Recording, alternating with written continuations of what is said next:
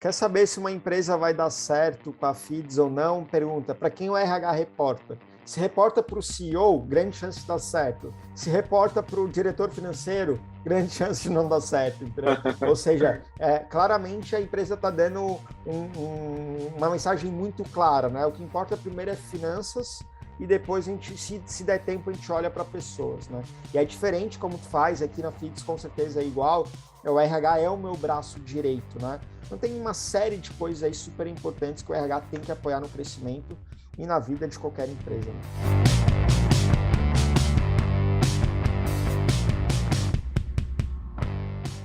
Hoje começamos o nosso Papo de CEO com Bruno Soares. Bruno, um prazer te receber aqui no Papo de CEO. Obrigado aí por você ter aceitado o convite. Bruno, que é CEO da FIDS, plataforma aí de recursos humanos, que inclusive somos clientes. Obrigado aí, Bruno. Excelente, Dario. Eu fico muito feliz de estar participando aqui hoje. Muito feliz de saber que vocês são nossos clientes também. A FIDS é uma plataforma de engajamento e desempenho de colaboradores. Nós nascemos em 2018 e hoje nós temos mais de 820 clientes em todo o Brasil. Então, uma história bem legal aí para contar. E tenho muita coisa legal para contar aí. Não sei se tiver vindo de pergunta, mas tenho certeza que tem bastante coisa que a gente vai poder compartilhar aí dos aprendizados do crescimento dos últimos 3 anos e meio. Legal. E temos a enxerida Suzane. Prazer, Suzane. Muito obrigado por você ter participado. Suzane, que é a nossa responsável do RH interno. E aí, Xereta descobriu que o Papo de CEO era com o Bruno e veio tietar aqui o nosso papo. Suzane, muito prazer em te receber. Muito obrigada, Dario. Bom, prazer, Bruno. Acho que faz muito sentido aí para nós ter esse bate-papo. O RH cada vez mais está crescendo, né? Está se destacando de uma forma muito positiva. Então, sim, eu vim participar, tietar um pouquinho aí com o Bruno. Boa, legal. Brincadeiras à parte, a Su, ela começou a trabalhar conosco um pouco depois da gente ter implementado a FIDS, e é legal porque a gente vai ter essa troca muito porque a FIDS, Bruno, acabou caindo como uma luva de maneira muito estratégica aqui na empresa. E aí, para começar o papo, queria até fazer um depoimento legal.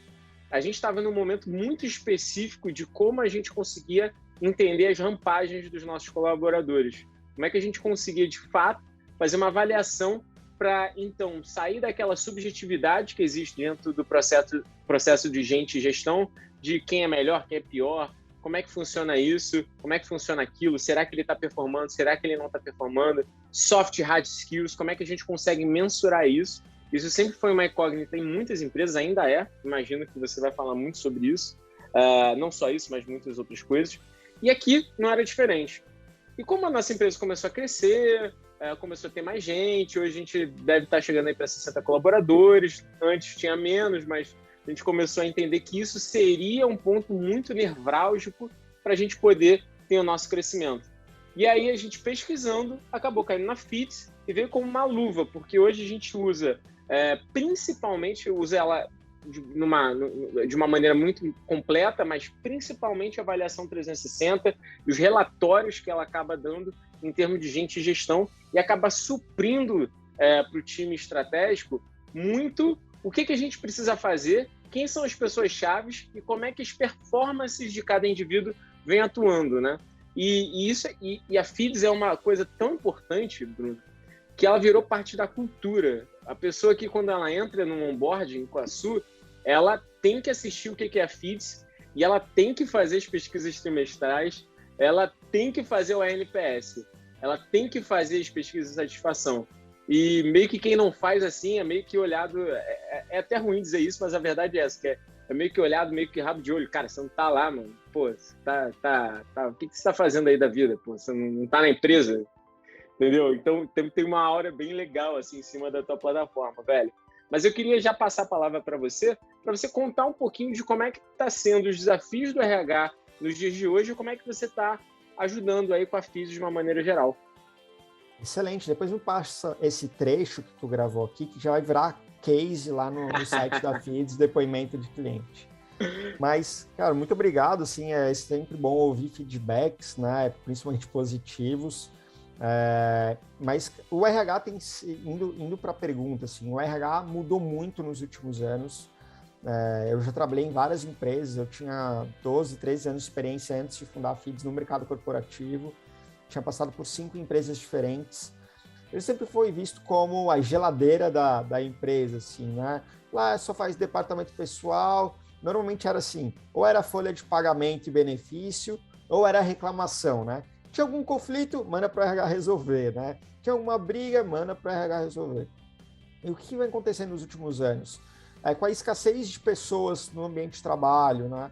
Com a dificuldade na parte de treinamento e capacitação, com a dificuldade com alto turnover, né? Então o RH passou a ser cada vez mais estratégico para poder dar vazão, para poder dar escala para os negócios. Eu lembro que, falando em CEOs, né, nós estamos aqui em Floripa, eu lembro de uma fala do Eric Santos, CEO da RD, que ele fala assim, muita gente se preocupa com a máquina de vendas, né, aquisição, geração de demanda, e depois fechamento, né, na parte comercial, mas pouca gente constrói uma máquina de talentos, né? Como é que eu vou recrutar? Porque se eu quero vender mais 20 mil reais daqui 6 meses, eu preciso contratar um vendedor bom hoje, que até ele treinar, até ele aprender e tudo mais, então tudo isso precisa estar muito conectado.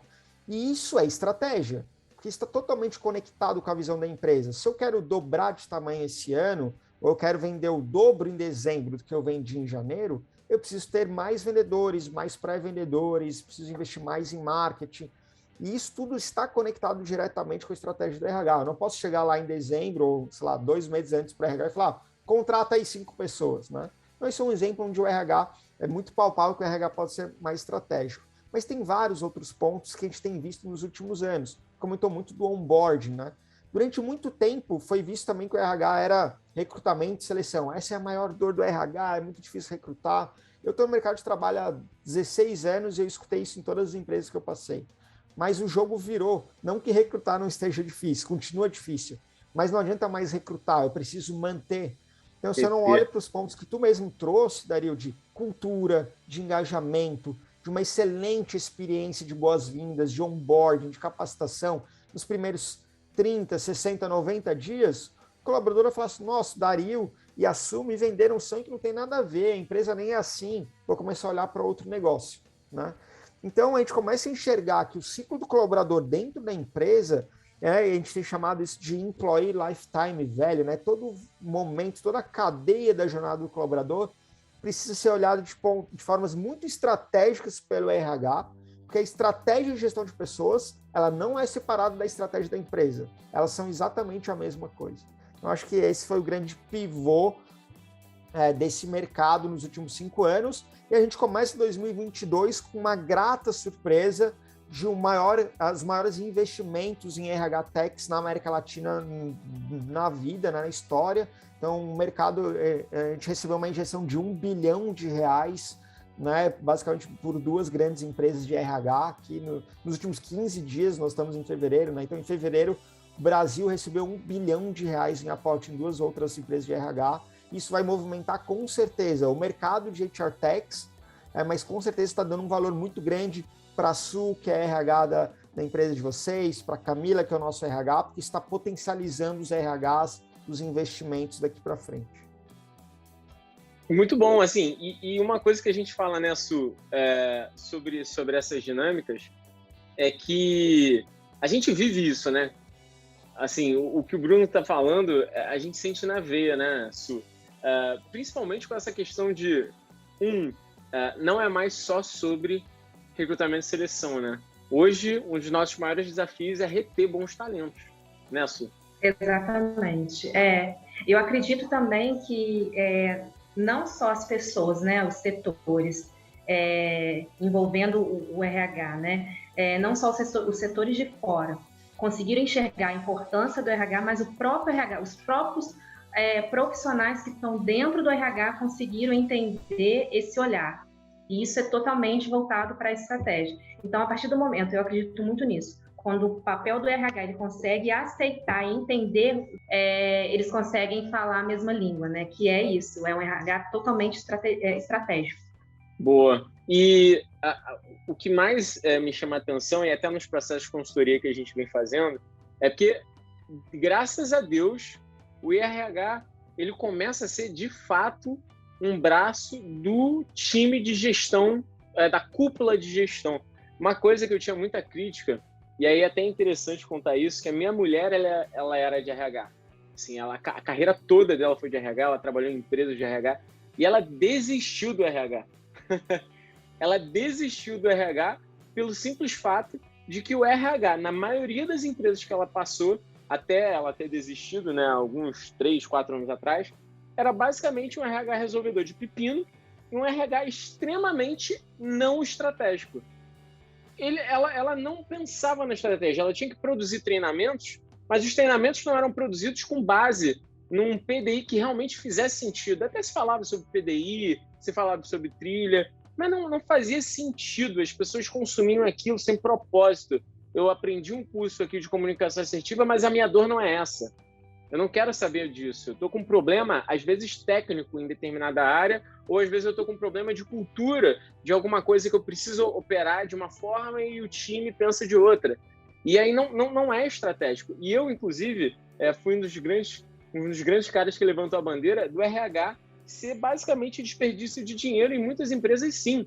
Porque ele não era estratégico, não é porque ele não era importante. É porque da forma como ele era feito, não era estratégico.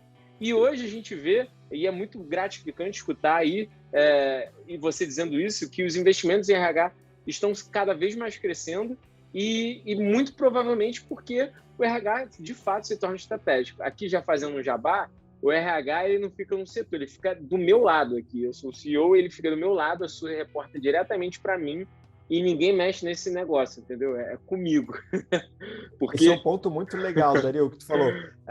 Quer saber se uma empresa vai dar certo com a FIDS ou não? Pergunta, para quem o RH reporta? Se reporta para o CEO, grande chance de dar certo. Se reporta para o diretor financeiro, grande chance de não dar certo. Entendeu? Ou seja, claramente a empresa está dando uma mensagem muito clara, né? O que importa primeiro é finanças e depois a gente, se der tempo, a gente olha para pessoas, né? E é diferente como tu faz, aqui na FIDS com certeza é igual, o RH é o meu braço direito, né?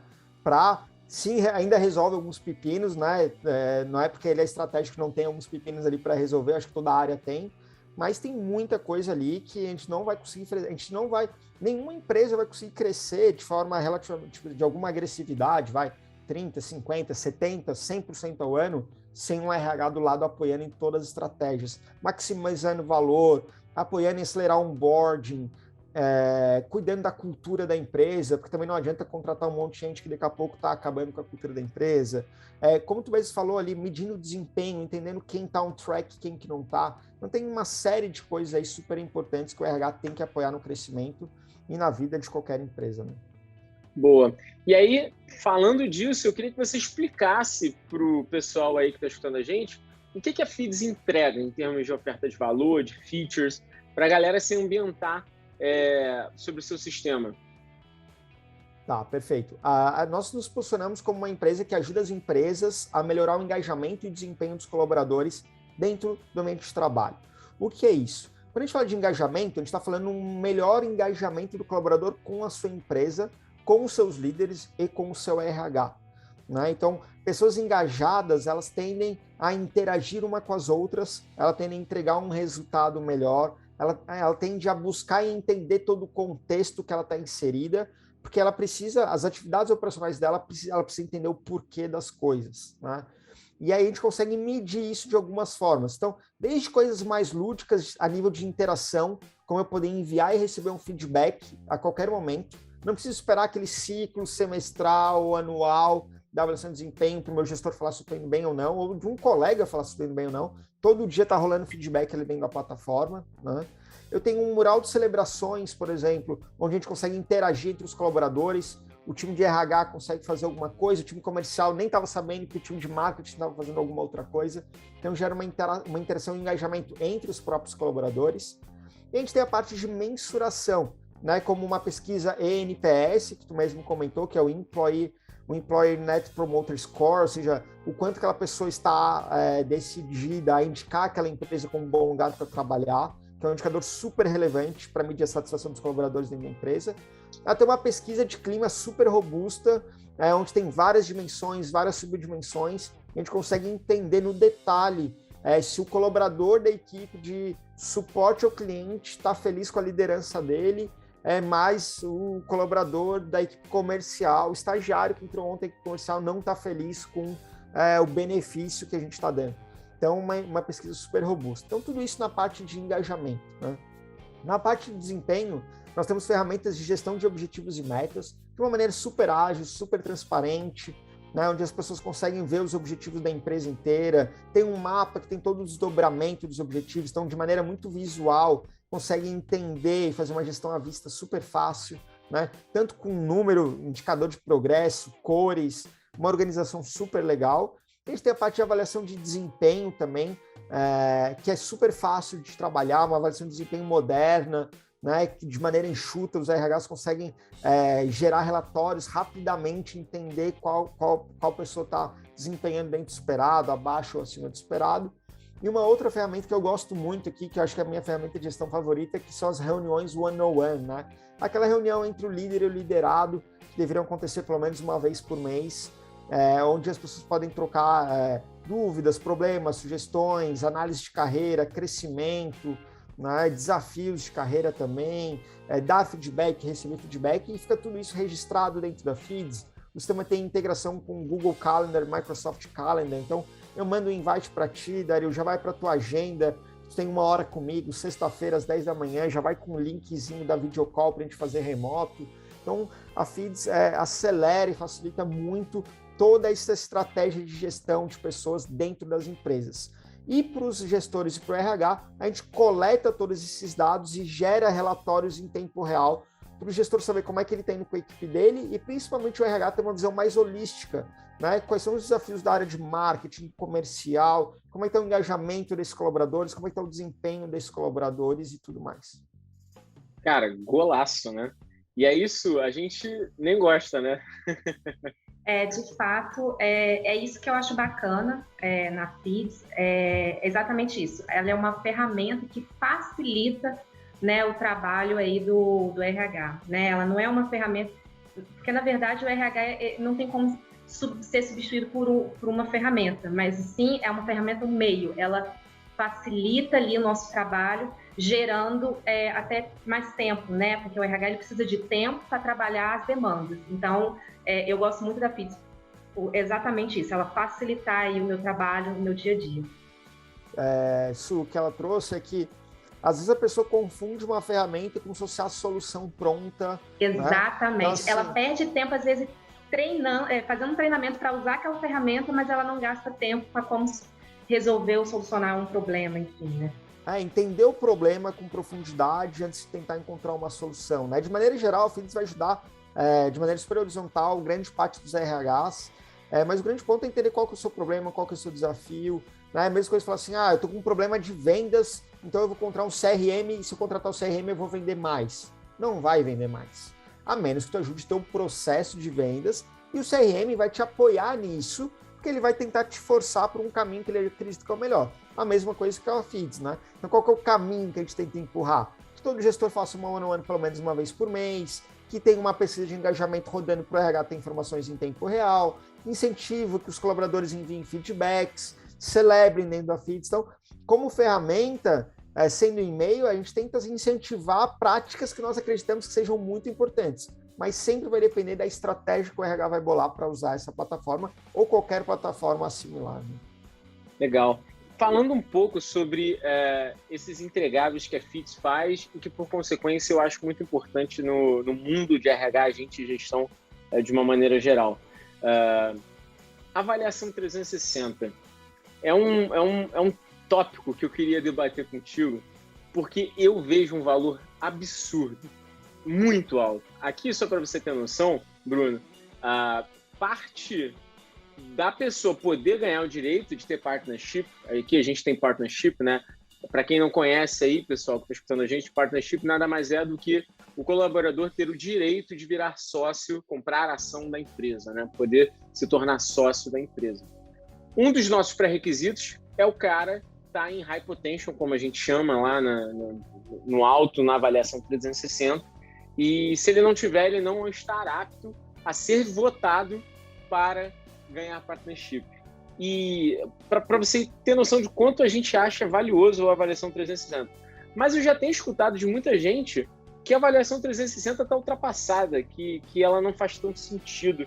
E aí eu queria escutar um pouco de você, até para você também falar com seus olhos um pouco sobre a avaliação 360 e entender o que você está achando disso, assim, você acha que faz sentido, não faz, a galera está viajando, o que você acha aí dessas pessoas? Acho que essa é a grande mística do RH, qualquer coisa relacionada à avaliação de pessoas, tá?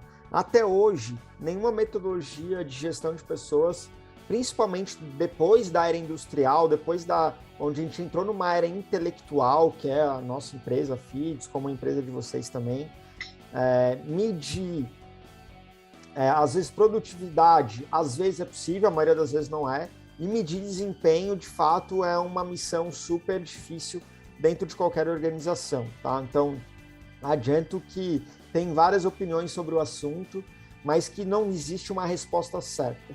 Mas por onde é que a gente começa a buscar a resposta? Com a pergunta, qual problema eu quero resolver? Então, quando você fala, por exemplo, nós temos partnership e a gente só vai colocar em partnership quem é os altos potenciais, os grandes potenciais. Beleza, isso é um problema.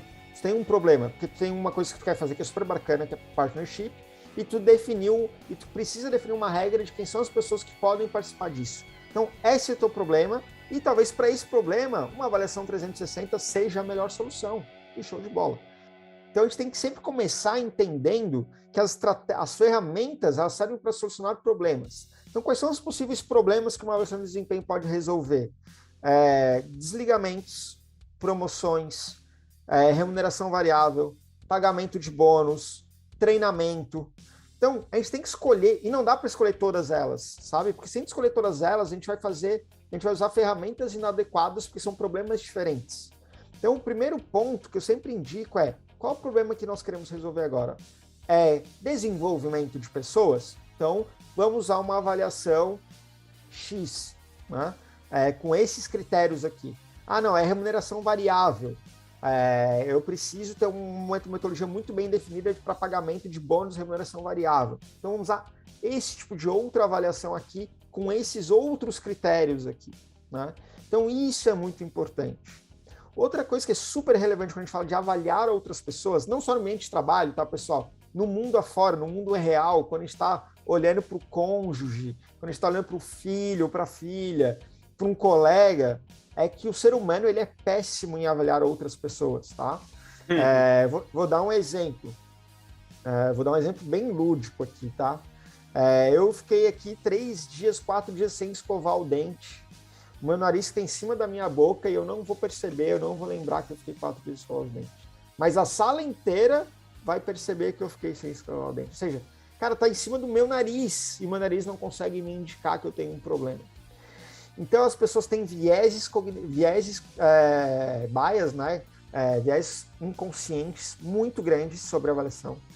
Os estudos indicam que a maioria das pessoas avaliam as outras baseado em crenças próprias.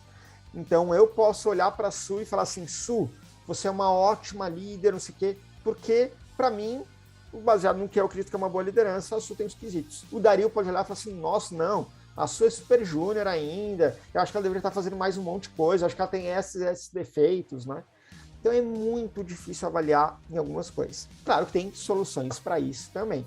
Mas no fundo, o grande ponto é entender qual o problema que você quer resolver. Então, por exemplo, aqui na Feeds a gente não roda como uma avaliação 360, a gente tem uma avaliação chamada Checkpoint, que tem 3 perguntas, se eu não me engano, 3 ou 4 perguntas. A gente usa a Feeds muito como laboratório, tá, pessoal? Então, cada trimestre a gente tenta rodar uma avaliação um pouquinho diferente para ir aprendendo e a gente vai repassando esses aprendizados também para os nossos clientes. Mas vamos dar um exemplo de uma avaliação que a gente rodou ano passado, que ela não é uma avaliação de critério, eu não avalio assim, o Bruno é bom nisso, o Bruno não é bom nisso, o Bruno é bom nisso. As perguntas são do tipo, não importa se o Bruno é bom em PHP ou se comunica bem. Para mim, como gestor, eu recontrataria o Bruno se dependesse só de mim hoje? Olha como é profunda a pergunta. Eu sou o gestor da área. Perante a empresa, eu sou responsável por entregar o resultado. Eu, como gestor, eu vou avaliar o Bruno.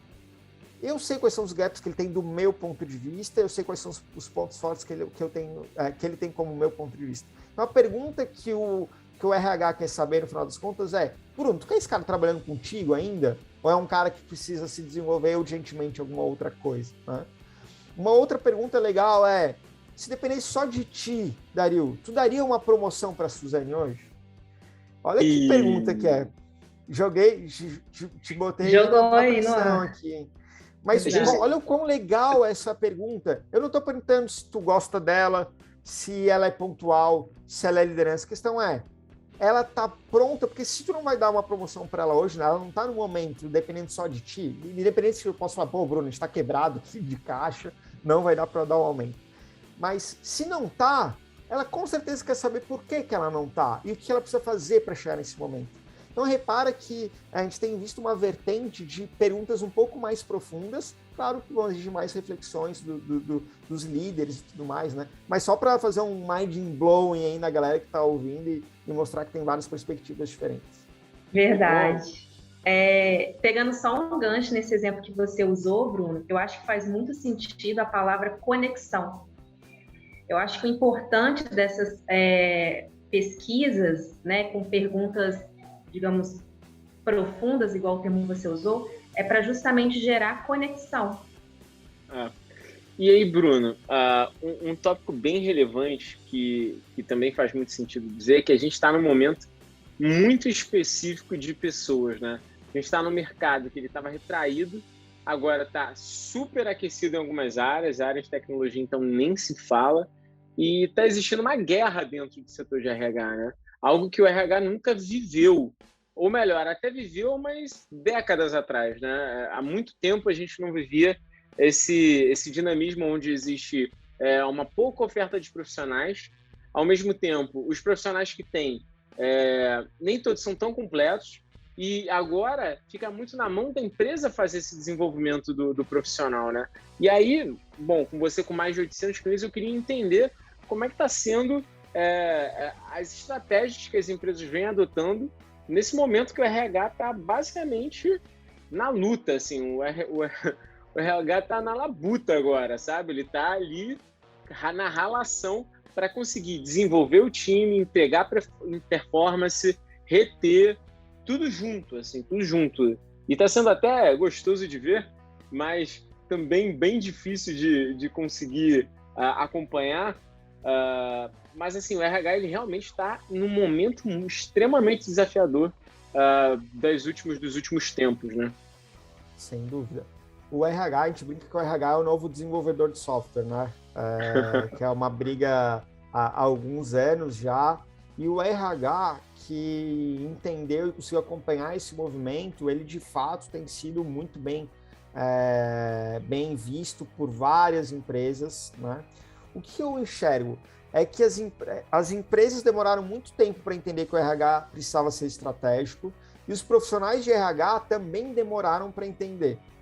Só que a virada da compreensão das empresas foi muito rápida, a partir do momento que eles falaram assim, tá, beleza, entendi que eu preciso disso. Vai lá e contrata 3 RHs que sabem fazer People Analytics, Performance e Compensation. E aí eles foram procurar no mercado e viram que os próprios profissionais não estavam preparados para isso. E aí foram muitas empresas ao mesmo tempo, um monte de startup crescendo pra caramba, principalmente no Brasil nos últimos 5 anos, né? Eu não sei quantas startups a gente tem hoje no Brasil, mas sim, eu estaria que a gente deve ter 10 vezes mais empresas de tecnologia que a gente tem hoje no Brasil do que a gente tinha 5 anos atrás, tá? Teria que buscar esse dado, mas eu acho que deve ser um valor perto disso.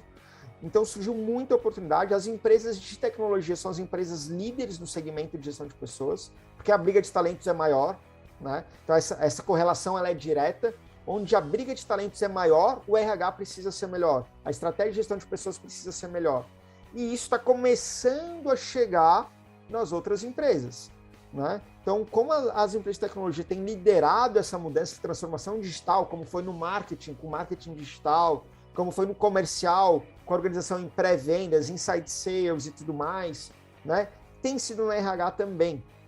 Então, as empresas estão começando a virar os RHs estão passando para essa transformação digital, mas quando a gente for olhar para o mercado, havia um gap de mão de obra também muito grande. Então, assim como tem acontecido com os desenvolvedores de softwares, que tem uma falta muito grande de mão de obra, os RHs que entenderam isso um pouco antes, se prepararam, né? Ou seja, tem uma palestra que eu assisti de RH uns 2 anos atrás, que a pessoa falou assim, tá, o RH então precisa falar inglês, precisa entender de People Analytics, precisa entender de negócio, precisa entender de DP, precisa entender de estratégia, e a resposta é sim. Porque se ela não entende de negócios, ela passa a não entender como apoiar a estratégia da empresa, né?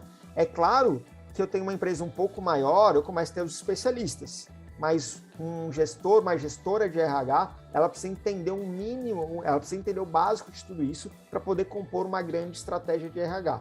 Que quanto maior a empresa, mais complexa é, né? A gente está falando de compensation, cara, sabe se o salário médio da empresa está bom ou não, quais perfis da empresa, quais colaboradores a gente vai pagar acima da média, quais a gente vai deixar na média. Tem toda a parte de análise de performance, né? Tem toda a parte de clima, engajamento, cultura, tem toda a parte de recrutamento e seleção, que eu preciso de especialistas, tem a parte de business partner. Então, o RH é uma estrutura super grande. Quem olha de fora e não estuda, fala, não, aquela ali é a pessoa do RH, né?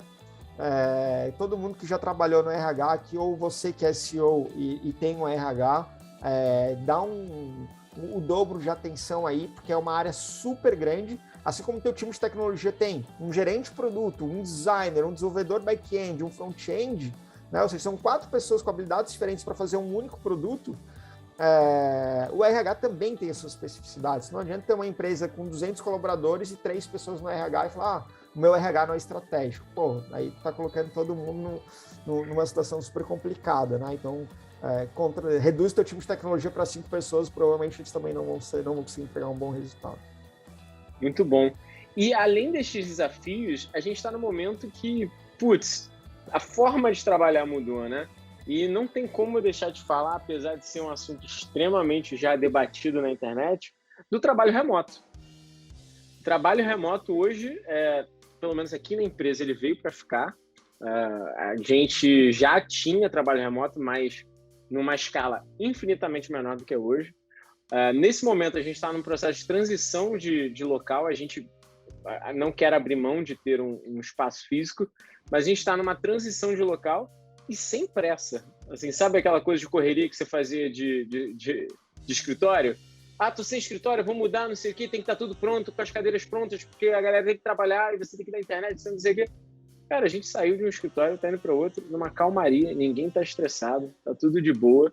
E antes que era algo que era possível do colaborador fazer, porque a gente sempre trabalhou bem digitalmente, de maneira bem remota, agora é meio que, amigo, você vai para a empresa se quiser, entendeu? Eu acho que isso vem sendo uma dinâmica, a gente vem percebido até aqui por indicadores, mas eu queria que você falasse um pouco mais, que isso é uma das coisas que mais tem atraído gente aqui para o nosso time. A gente aí está quase 60 colaboradores e a maioria não é do Rio de Janeiro, nossa sede é no Rio. A gente hoje deve estar, sei lá, com 15, 20 pessoas do Rio de Janeiro, mais 40 não são daqui, e é uma disruptura muito grande, mas de uma maneira geral veio para ficar. Mas ainda tem muita gente que acredita no físico, né? No escritório, na ida todo dia. E aí eu queria entender o que você está sentindo desse momento onde todo mundo tem dúvida se remoto faz sentido, se não faz. Como é que está isso aí na sua visão? Eu vou falar que eu não tenho um ponto de vista super bem definido sobre isso, tá? Para mim ainda está bem nebuloso. O que eu tenho visto é que muita gente apostou no remoto, a própria Feeds apostou no remoto, tá? Nós viramos uma empresa remote first. A gente continua com o escritório, mas ninguém precisa ir ao escritório, virou um coworking alternativo.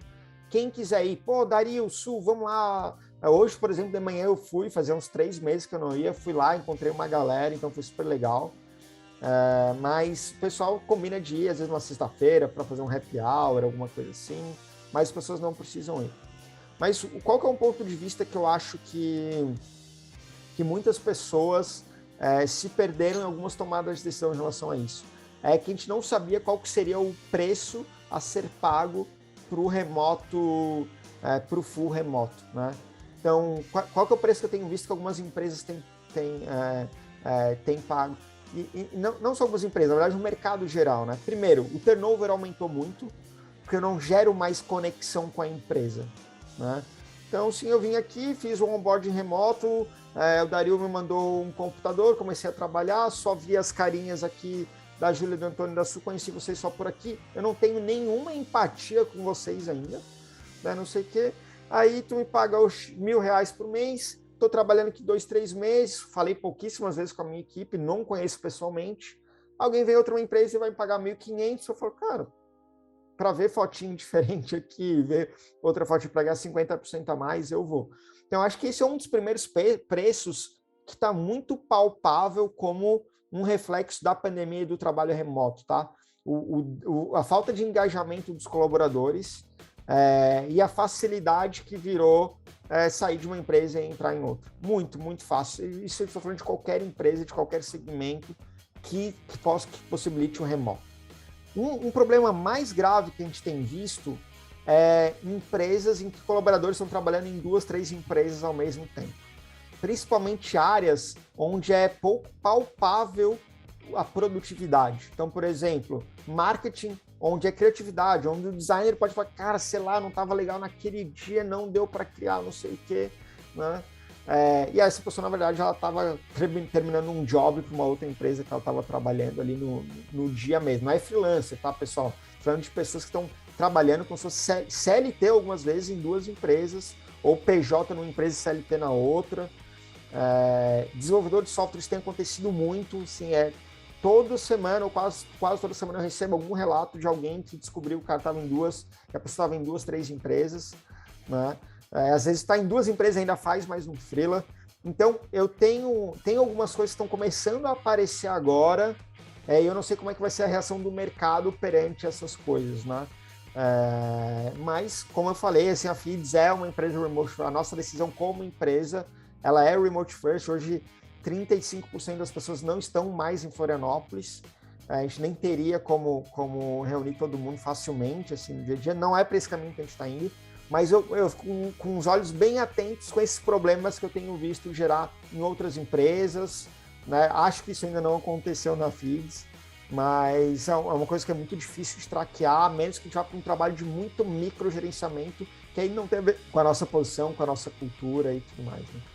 E aqui a gente teve alguns casos similares de pessoas que a gente não pode acusar, mas suspeitava pelo índice de produtividade que ela estava em 2 lugares. Assim, e para mim era óbvio, porque a partir do momento que eu tive a felicidade de me tornar CEO pelo processo de crescimento da empresa, né? Eu não fui imposto aqui. Então, eu passei por todas as áreas, assim, eu trabalhei naquilo. A empresa começou eu presa, só tinha eu. Então, você acaba tendo acessibilidade que, por mais que a gente usa muito ágil aqui, não tem pontuação que vai me dizer o que é produtividade e o que não é. Eu vivi na pele. E ali a gente começou a sentir de casos onde, cara, assim, ou você odeia o seu trabalho e realmente está pisando na bola, ou você não está só aqui, cara, porque não tem como, assim, e na primeira, e se for a primeira opção, cara, você está sujando seu currículo, porque, de verdade, o trabalho que você está entregando é para não te indicar para ninguém, assim, no resto da sua vida. E a gente começou a ver isso. E, de fato, é uma coisa que acaba acontecendo, você falando isso, e até nas conversas, isso acaba acontecendo. Tem uma coisa que está muito relacionada à cultura e remoto. Você acha que é mais difícil estabelecer cultura de maneira remota? Com certeza. Com certeza, principalmente para o povo latino, tá? Porque a gente fala de trabalho remoto há muito tempo, por exemplo, nas empresas americanas. Mas lá, pessoal, a gente não pode comparar o povo brasileiro com o povo americano nesse quesito. Primeiro, que eles são pessoas muito mais frias do que nós. Nós gostamos de abraço, aperto de mão, olho no olho, sempre para tomar uma gelada, né? Uma caipirinha, um vinho, enfim, sua bebida favorita, pode ser uma água com gás também, ou uma água normal. A gente gosta muito de fazer isso. A galera que sai para almoçar junto, sai para fazer happy hour junto, se encontra no final de semana. isso é muito do povo latino, principalmente do povo brasileiro. A outra coisa é que o povo brasileiro é conhecidamente, é amplamente conhecido por baixa produtividade, né? Todos os estudos indicam, por exemplo, que a produtividade em relação, no Japão é tipo 1:4, nos Estados Unidos é 1:3, alguma coisa assim. Então a gente precisaria, como se a gente precisasse de 3 brasileiros para entregar a produtividade de um americano, né?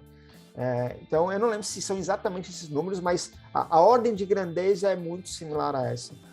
Então a gente não pode comparar a questão da produtividade com empresas americanas que fazem, mas o Google, sim, mas lá eles só contratam gente sênior, gente muito madura, e é capaz de eles provarem que a pessoa estava em 2 empregos, ainda processar a empresa e ganhar no tribunal, saca? Então tem outra cultura com outras coisas. Aqui, se eu descobrir que a pessoa tem 2 empresas, eu vou ter que demitir, não vou conseguir botar justa causa, e ainda vou ter que desembolsar uma porrada de dinheiro da empresa para desligar essa pessoa, né? Então são culturas completamente diferentes. Então isso para mim é um ponto de atenção que às vezes o pessoal fala, não, mas na Europa funciona. Beleza. No Brasil algumas empresas têm funcionado, algumas instituições têm funcionado, mas esse relato que tu trouxe aí, Dario, são relatos que eu também tenho ouvido cada vez com mais frequência. Por isso que a minha opinião ainda não está muito bem formada de como é que vai ser as coisas daqui para frente, porque a gente tem ouvido cada vez isso com mais frequência, tá? E sem dúvida, para o povo latino, principalmente para o povo brasileiro, essa questão do engajamento próximo é muito relevante para a cultura, sem dúvida alguma, porque, por exemplo, quando a gente saiu para a pandemia, nós éramos em 20 pessoas, 21 pessoas, dentro de um escritório, eram 2 salas, uma do lado da outra. Então, as pessoas me viam eu fazendo, me viam como eu falava com o cliente, elas me viam limpando a sala todo dia, elas me viam jogando um lixo no lixo, né? Me viam limpando o banheiro, por exemplo. Então, isso tudo é mensagem de cultura, né? Me viam eu dando feedback, às vezes, negativo na frente de alguém que fez alguma coisa, não fala assim com o cliente. E aí tem várias formas de falar, pode ser gritando, pode ser brigando, mas elas entenderam como é que era o Bruno fazendo isso, ou o Gabriel, que é meu cofundador, fazendo isso. Então, tu ouve conversas de corredor, tu consegue entender quem é da fofoca, quem que não é, né? Já dá o feedback ali mais rápido. Então, eu acho que no presencial é muito, muito, muito mais fácil estabelecer uma cultura e principalmente manter a cultura, porque as pessoas estão todas com a anteninha ligada ali, né? Hoje, no remoto, eu só falo com os meus liderados diretos, né? Eles têm algumas cerimônias ali, participo de uma outra cerimônia que tem mais gente, mas eu não estou ouvindo o que o comercial está falando agora, por exemplo. Eu não posso ir lá na sala da equipe comercial e passar uma tarde lá para ver tom e voz, ver como é que eles estão falando, sair almoçar com uma galera nova que entrou, né? Então, eu acho que tem um desafio muito, muito, muito grande, e a consequência disso é baixo engajamento, alto turnover e as outras coisas que a gente tem visto. Cara, de verdade. Aqui eu criei algo que eu sei que não vai dar certo, mas mesmo assim eu estou tentando. Eu estou fazendo semanalmente uma reunião, um one-on-one, uma reunião de feedback rápida, né? Com cada pessoa da empresa. Então, eu tenho um horário ali fixado que eu chamo alguém da empresa para conversar. Só que se eu botar que o ano tem 52 semanas e a gente tem mais de 52 colaboradores, provavelmente eu não vou falar com uma pessoa em um ano, e se eu for seguir uma escala de ordem, eu só vou falar com essa pessoa daqui a um ano. E, obviamente, eu não faço isso para coletar. Eu tenho meus líderes, eles têm o papel de fazer isso, mas eu faço isso para sentir as pessoas e tentar, de alguma maneira, passar essa mensagem. Porque você falou uma coisa muito legal, cara. A cultura, ela tá muito na forma como você faz, né? E é papel do CEO passar essa cultura, né? E a forma como você faz é muito difícil de fazer no remoto. Eu também concordo com você, Gênero no grau, e acho mais difícil você estabelecer cultura numa empresa que começou agora de maneira remota. Eu acho que tem uma dificuldade maior, até pelos processos que a gente vem vendo aqui internamente.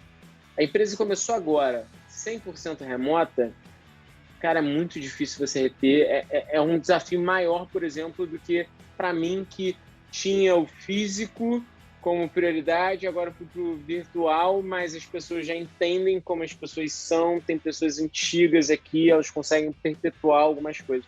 Mas para a empresa iniciante, eu tenho sentido que está mais difícil, né? Apesar da galera falar que as startups, as pessoas até mais jovens têm facilidade com o digital, eu tendo a discordar que isso vá dar um resultado superior. Super concordo, cara. Assim, se a gente olhar das 20 pessoas que a gente foi para a pandemia, a gente acabou desligando algumas na época da pandemia, a gente ficou com 15. Eu não lembro os números exatos, mas das 15, provavelmente 12 ainda estão com a gente. Ou seja, estão há 2 anos. Passaram pela pandemia e tudo mais. E se a gente for ver todas as pessoas que a gente já trouxe depois da pandemia, sei lá, 1/3 já deve ter saído, sabe? Porque não gerou lock-in, não gerou engajamento, não entendeu o conceito. E quando tu está criando uma empresa, o que tu mais precisa é de momento, né? Ou seja, todo mundo no mesmo barco, trabalhando pra caramba. Assim, era muito fácil para mim lembrar do início da empresa, depois com os primeiros colaboradores, sei lá, com 7, 8, que tava todo no mesmo barco, ninguém saía às 5:30 da tarde, que era horário, entendeu? Porque tem muita coisa para fazer, tá todo mundo empolgado, tá todo mundo embalado, depois já sai, toma uma gelada junto, né? Não tô aqui dizendo que é bonito trabalhar mais do que se deve, tá, pessoal? Mas quando tá formando uma empresa, aquele engajamento inicial, aquela velocidade, aquele momento, aquele prazer de estar todo mundo com uma sinergia muito alta, é muito prazeroso, é muito legal, e eu acho que é fundamental para a criação de um negócio, né? Então, se tem pessoas dispersas, as pessoas que não estão sentindo aquela energia dos fundadores ali batalhando e, puta, não posso perder esse cliente, preciso fechar essa venda, essa energia propaga ali. No remoto, eu acho que essa propagação não deve ser tão legal. Aqui, Su, a gente tem uma unidade nova dentro da empresa, a gente sentiu um pouco isso. Você achou que a galera aqui, que é mais novata, acaba tendo um descolamento, né, cara? E o que eu percebo também sobre esse vestir a camisa, que a galera da antiga, digamos assim, né, que acompanhou todo o início, eles de fato vestem ainda a camisa, quem não a camisa que não está cabendo mais. A gente consegue também perceber que a própria pessoa, ela não vai se encaixando no espaço ali no ambiente, né? Ela mesma vai sentindo, eu acho que eu não faço mais parte. Não que isso é bom às vezes, quando a pessoa percebe que ela não faz mais parte ali daquele meio, né? E as que estão chegando agora também percebe o ambiente quando a galera também está muito unida, muito engajada. E naturalmente acontece a transformação, né, do comportamento. É muito natural. Eu faço onboard, mas no dia a dia ela vai percebendo ali como é o clima da empresa, como as pessoas que estão engajadas. Então a transformação ela vem naturalmente. Boa. Uma coisa interessante nisso é que aí já voltando para a avaliação 360, depois de falar de cultura, é que a avaliação 360 ela acaba também te ajudando nesse processo, porque aqui a gente tem esses problemas de escolamento de cultura, mas a avaliação 360 evidencia isso e sai do subjetivo do Dario falando se o cara serve ou não, para o time falando se o cara serve ou não, né? Porque como é 360, aquela nota não é minha, é de todos, né? Todos que devem estar ali com algum tipo de interação com essa pessoa. E o que a gente vem passando aqui, Bruno, é uma coisa bem engraçada, porque as pessoas, elas pedem demissão. As pessoas que estão em baixo potencial, na grande maioria das vezes, a gente não demite, né, Su? É uma coisa muito louca. Elas pedem para sair. Esse cenário mesmo. Aconteceu desligamentos aqui que eu tive que participar, mas eles são muito poucos. Assim, isso é uma coisa muito louca. Eu acredito muito na avaliação 360. Então, já deixando aqui minha posição, eu sou a favor da 360. Se você não é, aí o problema é teu que está escutando a gente. Eu sou a favor. Para mim, está sendo uma baita ferramenta de negócio. Sempre acreditei e acredito cada vez mais. Assim, eu não preciso fazer muito esforço, porque a pessoa... Agora, recentemente, saiu uma pessoa, que eu não posso citar nomes, obviamente, mas ela não estava indo muito bem, e super fit cultural, mas não estava performando, e assim, ninguém esperava que ela fosse pedir para sair. Então, eu gostava muito daqui, mas ela mesma chegou, cara, olha, não faz sentido, eu vou procurar outro emprego. Por quê? Porque eu não performo. eu estou descolado do time. Ele foi extremamente sincero, foi o melhor feedback que eu tive. Ele falou, eu não entrego, eu não estou entregando. Eu estou mal porque eu não estou entregando. Bate a avaliação, eu estou mal. E eu concordo, porque como é que eu vou discordar? O time inteiro está falando, né? E isso é uma coisa muito engraçada que vem acontecendo, porque eu cada vez mais eu estou demitindo menos gente, a empresa crescendo mais. E isso tá sendo uma coisa muito específica, assim, sabe? Sim, e também tem relação com o mercado de trabalho aquecido, que gera uma certa oportunidade. Mas acho que esse ponto da avaliação de desempenho, Dario, das pessoas, provoca isso nelas também, né? Quando ela sente, ela recebe a devolutiva do seu desempenho, ela vê que ela não está mandando bem e que os outros colaboradores estão falando que ela não está mandando bem, ela também começa a se colocar numa posição de cara, eu não faço mais parte dessa tribo, né? Porque quando a gente fala de cultura, isso é mais evidente. Você fala assim, puta, cara, o Bruno é mó grosso, mala pra caramba, aqui na empresa é todo mundo gente boa, e daqui a pouco tem aquele cara pavão, aquela pessoa pavão, assim, fica se exibindo, não sei o quê. Normalmente é mais a própria equipe acaba tirando essa pessoa, né? Quando a gente fala de performance, às vezes a própria pessoa, não são todas, tá? Assim, eu acho que teve casos bem de pessoas muito maduras que elas têm nesse cara, eu acho que eu não tô na praia legal, eu sei lá, vou supor que é alguém de vendas, né? Pô, eu sabia vender CRM, achei que eu consegui vender RH e descobri que eu sou bom em vender CRM, pessoal. Então, deixa eu voltar aqui para o mundo de CRM, mas não é muito comum, não, tá? Boa. E aí, Bruno, chegando aqui o finalzinho do nosso papo, queria que você pudesse finalizar, fechar o nosso papo aqui com uma mensagem para o pessoal, falando um pouco do que você está vendo aí para o RH e que os CEOs e donos de empresas têm que se atentar para esse tipo de setor tão importante como a gente discutiu aqui. Beleza. Pessoal, acho que uma mensagem bem direta e bem clara não está investindo muito em pessoas, em RH, é só uma questão de tempo para te desacelerar, sim. Ah, mas Bruno, eu estou crescendo 100% ano a ano e não invisto nada em RH. Beleza, ano que vem, se não ano que vem ou no outro, com certeza tu vai sentir um baque muito grande, tá? Por que isso? Porque o mercado está muito competitivo, a mão de obra qualificada está baixa, né? A seniorização está muito pequena, porque o que aconteceu? Vamos dar um zoom out e ver o mercado, o ponto de vista macroeconômico. O Brasil nunca recebeu tanto investimento de fora quanto recebeu nos últimos 5 anos. Muita empresa com muito capital. Então, a gente está falando de empresas como iFood, Loft, né? Todo mundo do grupo da Móvel, XP Investimentos, todo mundo está virando empresa de tecnologia, né? Todo mundo que não era empresa de tecnologia está virando empresa de tecnologia, todo mundo que era empresa de tecnologia está virando financeiro, né? Então, tem acontecido esse movimento. As empresas estão ficando cada vez maiores. Antes tinha muita empresa bem pequenininha, essas empresas triplicaram de tamanho na média. Então, a briga por talentos está cada vez maior. E se você não criar uma marca empregadora forte, se você não criar um processo de cultura super adequado, com um bom processo de onboarding, os colaboradores não vão ficar. Então, além de ter um desafio de recrutamento e seleção, vai ter um grande desafio de retenção de talentos, né? As pessoas não vão gostar de trabalhar aí, daqui a pouco você vai ter uma marca mal falada no mercado, tu nota no Glassdoor, né?